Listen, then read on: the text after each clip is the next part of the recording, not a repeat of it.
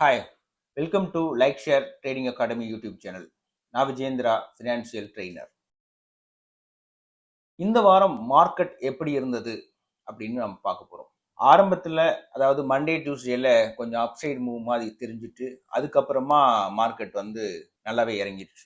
போன வாரம் மார்க்கெட்டில் நிஃப்டி 26,300 வரைக்கும் போச்சு. அதிலிருந்து ஒரு நல்ல ரேஞ்ச் இப்போ இறங்கியிருக்கு. கிட்டத்தட்ட 800 பாயிண்ட் டவுன். இது எதனால நடந்தது அப்படின்னா ஐடி செக்டார் நிறைய செல் பண்ண ஆரம்பிச்சிட்டாங்க. ஸோ இதனுடைய பாதிப்பு தான் மார்க்கெட்டை ரொம்ப கீழே இறக்கிடுச்சு. நம்மளுடைய மார்க்கெட்ல 26,000 அப்படிங்கிறது ஒரு பிக் சப்போர்ட் பாயிண்ட். 26,000க்கு மேல இருக்கிறப்ப மார்க்கெட் 26,000 ஸ்ட்ராங் சப்போர்ட்டா எடுத்துக்கிச்சு அப்படின்னா மார்க்கெட் ஒரு ஸ்டெபிலிட்டிக்கு வந்துடும் அப்படிங்கிறத நம்ம நம்ப முடியும். இன்னொன்று, நம்மளுடைய மார்க்கெட்டை பொறுத்தல ஸ்டெபிலைஸ்டாக தான் இருக்கு. ஆனால் வேர்ல்டு நியூஸோட இம்பேக்ட் ட்ரேடர்ஸ் மத்தியில் ஒரு மைண்ட் செட் கிரியேட் பண்ணுது. இதனால அவங்க பாதிக்கப்படுறாங்க.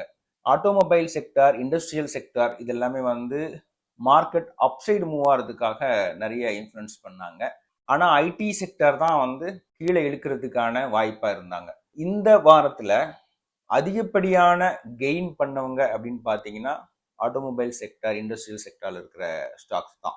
லாஸ் பண்ணவங்க ஐடி செக்டார்ல இருக்கிற ஸ்டாக்ஸ். கெயின் அப்படின்னு பார்த்தீங்கன்னா ஈச்சர் மோட்டார் கிட்டத்தட்ட 10.6% கெயின் பண்ணியிருக்காங்க. இண்டஸ் டவர்ஸ் 6.9% கெயின் பண்ணியிருக்காங்க.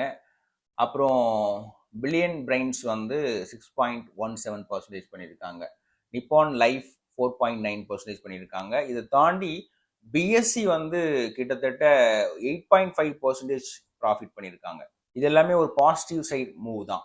மார்க்கெட்டில் ஐடி செக்டார் பெரிய ஃபால்ட் வந்திருந்தாலும் அதை ஈக்குவலைஸ் பண்ணுறதுக்கு இந்த செக்டார்ஸ் எல்லாம் சப்போர்ட் பண்ணுச்சு அப்படின்னு தான் சொல்லணும்.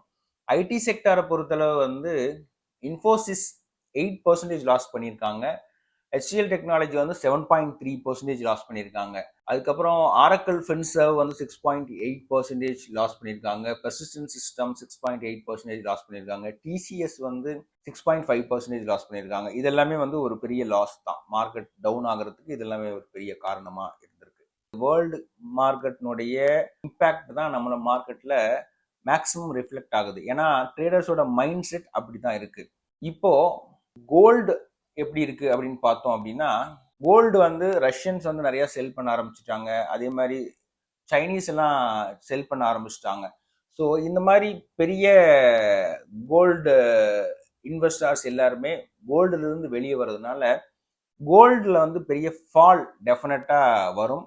இப்போ கொஞ்சமா வந்திருக்கு. இதை நம்ம முன்னாடியே சொல்லியிருந்தோம். கோல்டுல 16,000 17,000 22 கேரட் போறப்பவே இது டெம்பரவரியான ஒரு அப் சைடு தான். இந்த மூமெண்ட்ல இருந்து மார்க்கெட் பெரிய ஃபால்க்கு கிட்டத்தட்ட ஒரு 10,000 ருபீஸ்க்கு அதுக்கப்புறம் தான் படிப்படியாக மேலே போகிறதுக்கான வாய்ப்பு இருக்கும் அப்படி சொன்னோம். அது நடந்துச்சுன்னா மார்க்கெட் ஸ்டெபிலைஸ் ஆக போகுதுன்னு அர்த்தம். மார்க்கெட் ஸ்டெபிலைஸ் ஆனால் சைமல்டேனியஸாக கோல்டோட ரேட்ஸ் எல்லாமே குறைய ஆரம்பிச்சிடும். ஏன்னா இன்வெஸ்டர்ஸ் ஃபுல்லாக இதில் வந்துருவாங்க.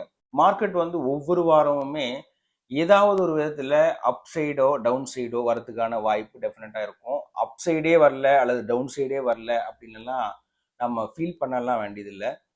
நம்ம டெய்லி மார்க்கெட் என்ன மாதிரியான நியூஸை எடுத்துக்கிட்டு அதுபடி மூவ் ஆகுது அப்படிங்கிறத ஒரு அனலைஸ் பண்ணி தெரிஞ்சுக்கிட்டோம் அப்படின்னா நம்ம மார்க்கெட் அப் சைடு போனாலும் நம்மளால ப்ராஃபிட் பண்ண முடியும், டவுன் சைடு வந்தாலும் ப்ராஃபிட் பண்ண முடியும். ஸோ அது மாதிரியான ஒரு நல்ல சூழல் இந்த வாரத்தில் இருந்தது அப்படிங்கிறது தான் நான் நம்புவேன். ஏன்னா இன்ட்ராடே ட்ரேடருக்கு இந்த வாரத்தினுடைய மார்க்கெட் நிறைய சப்போர்ட் பண்ணியிருக்கும். பொசிஷனல் ட்ரேடர்ஸ் ஒரு 2% 3% ஃபால் பண்ணியிருக்க வாய்ப்பு இருக்கும். அதே ஆட்டோமொபைல் செக்டாரை அவங்களுடைய போர்ட்ஃபோலியோல நிறைய வச்சிருந்தாங்க அப்படின்னா அது அவங்களுக்கு பெரிய பேலன்சிங்காக இருந்திருக்கும். ஐடி செக்டார் அதிகமாக வச்சிருந்தாங்கன்னா அவங்களுக்கு ஒரு பெரிய ஃபால் வந்திருக்க வாய்ப்பு இருக்கு.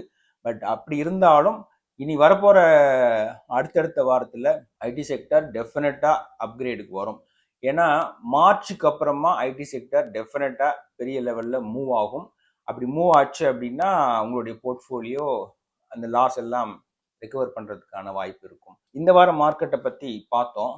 வரப்போற வாரம் மார்க்கெட் எப்படி இருக்கும், நாம என்ன மாதிரியான ட்ரேடை எடுக்கலாம், நம்ம என்ன மாதிரியான மூடோட ட்ரேடை ஃபாலோ பண்ண முடியும் அப்படிங்கிற மாதிரியான முழு விளக்கத்தையும் சண்டே அன்னைக்கு நான் ஒரு வீடியோ போட்டு உங்களுக்கு தெளிவாக எக்ஸ்பிளைன் பண்ணுறேன். ஈக்விட்டி மார்க்கெட்டை பொறுத்தல வந்து சரியான வாய்ப்பு கிடைச்சதுன்னா தாராளமாக என்ட்ரு ஆகி நீங்கள் ப்ராஃபிட் பண்ண முடியும். தொடர்ந்து எங்களுடைய வீடியோவை பாருங்க, சப்ஸ்கிரைப் பண்ணுங்க, பெல் பட்டனை கிளிக் பண்ணுங்க. அப்பதான் நாங்க போடுற வீடியோ உடனுக்குடன் உங்களை வந்து சேரும். ஈக்விட்டி பத்தியும் ஷேர் மார்க்கெட்டை பத்தியும் நிறைய விஷயங்களை ஈஸியா சிம்பிளா உங்களுக்கு எக்ஸ்பிளைன் பண்றேன். தொடர்ந்து இணைஞ்சிருங்க. All the best.